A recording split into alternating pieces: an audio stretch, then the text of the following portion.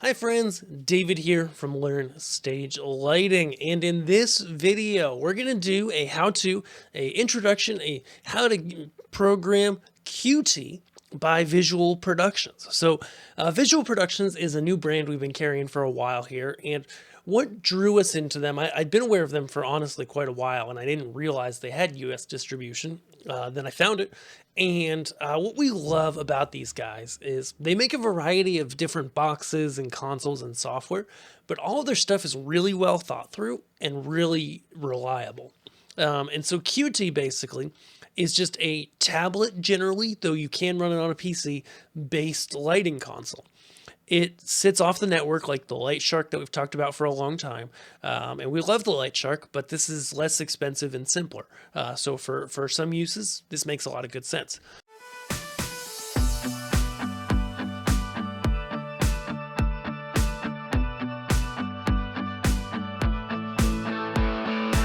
This box sits on your network. You can hook a tablet up to it or not, and let it run.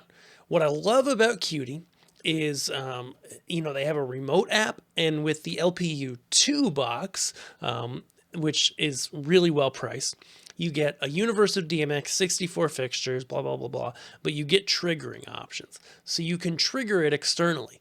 So essentially, you can have this basic lighting console sit on your network back in an equipment rack, and you log into it from a computer, from a tablet, whatever, Android, iOS, I'm pretty sure everything's supported. You can run your scenes, whether it be for a small music venue, a restaurant, a church. You can run your scenes off the tablet, but you can also trigger them via OSC or UDP. So different automation systems like Crestron can shoot out some of these things. And then button panels like the Visual Productions B stations that we love as well can trigger these. So you can have button stations for people to be able to click buttons on a wall, maybe by the door, during times when you're not, having a service, or you're not, having a band playing or whatever. People can trigger things on this box, but then other times they can actually pull up the tablet and run lights as well. So it offers both purposes at a really great cost. And that's why we've been drawn to them and why we're covering them here. All that to say, how does it work?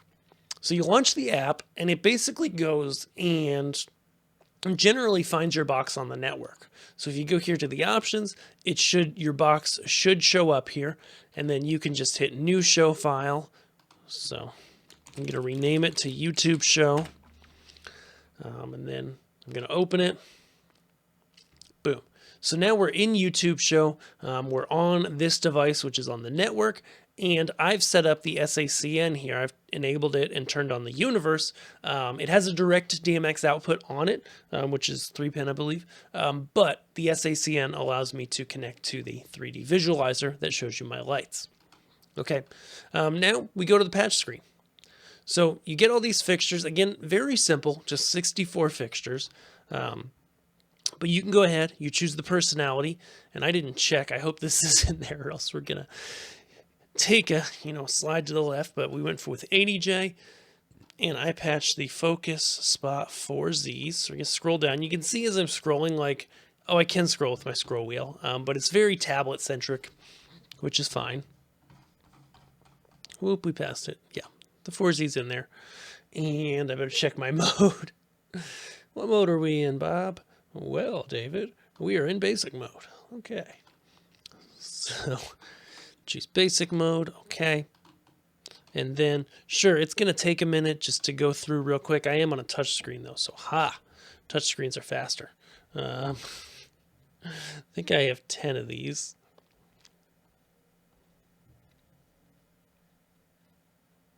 Whoops. How's the weather for you today? It's been good. The weather here's warming up. It's springtime.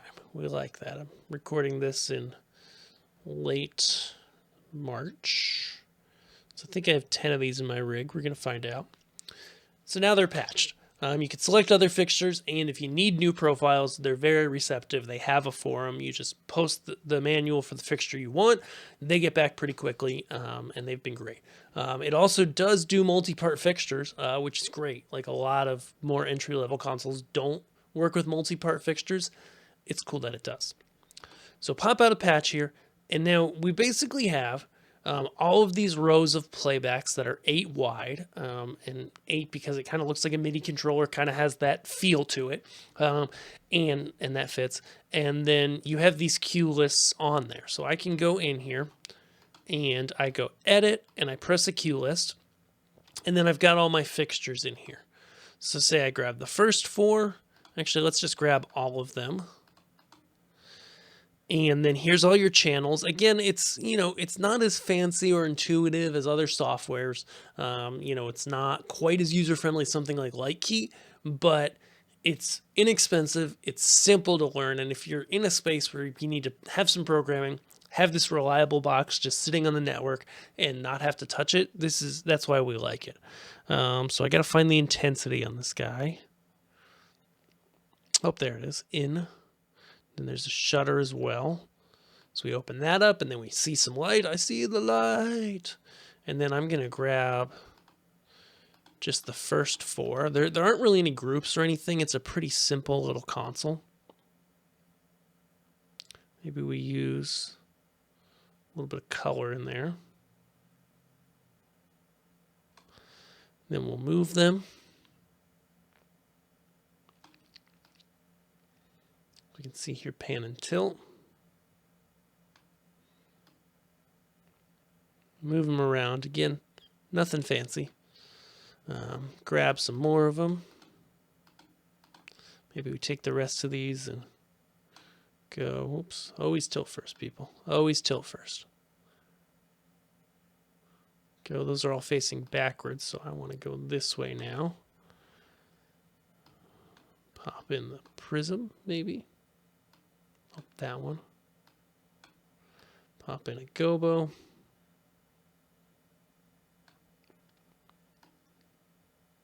That's the gobo rotation. Pop in a color. Cool. So you got something you like. Boom. Add a cue. So now we've got this cue. We've recorded it. It's got all these fixtures in it. Now you can either add another cue and select it and kind of work with what you had. So in this example, I could turn off these 2 lights, turn these 2 to something, and then I could record 2. You see it's recorded now, and then I can clear when I'm done programming. So it works like a lot of lighting consoles. But if you haven't used lighting consoles before, then you can see how it works. And then you have the ability to set fades for them. So say I just set a 2-second fade on both of them, and delays, which is how long from when you hit the go button till it actually starts going. And then you can go back, and you see we've got our 2 cues here.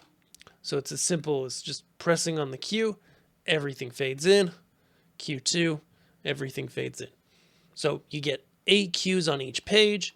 You can switch pages by scrolling here, it looks like, and that brings them into view. And so I can actually go just to show you an example.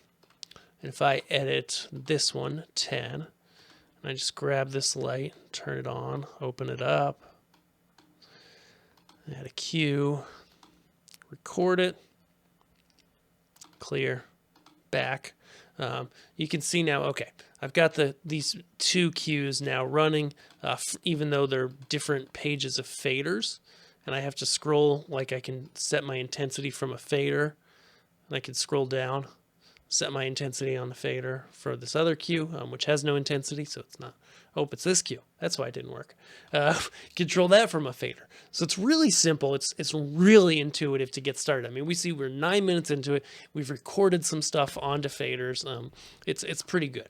In terms of effects, it's not flashy, but it gets the job done. So let's just say we go back here to, I'm going to stop this cue, bring it down all the way.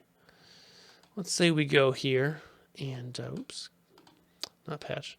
Go to edit this cue, right?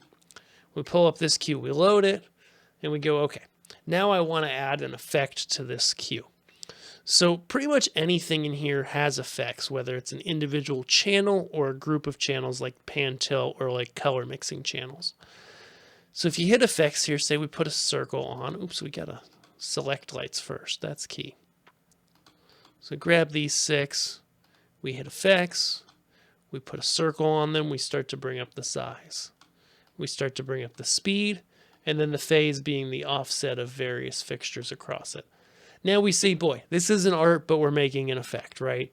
If we take maybe all 10 of them,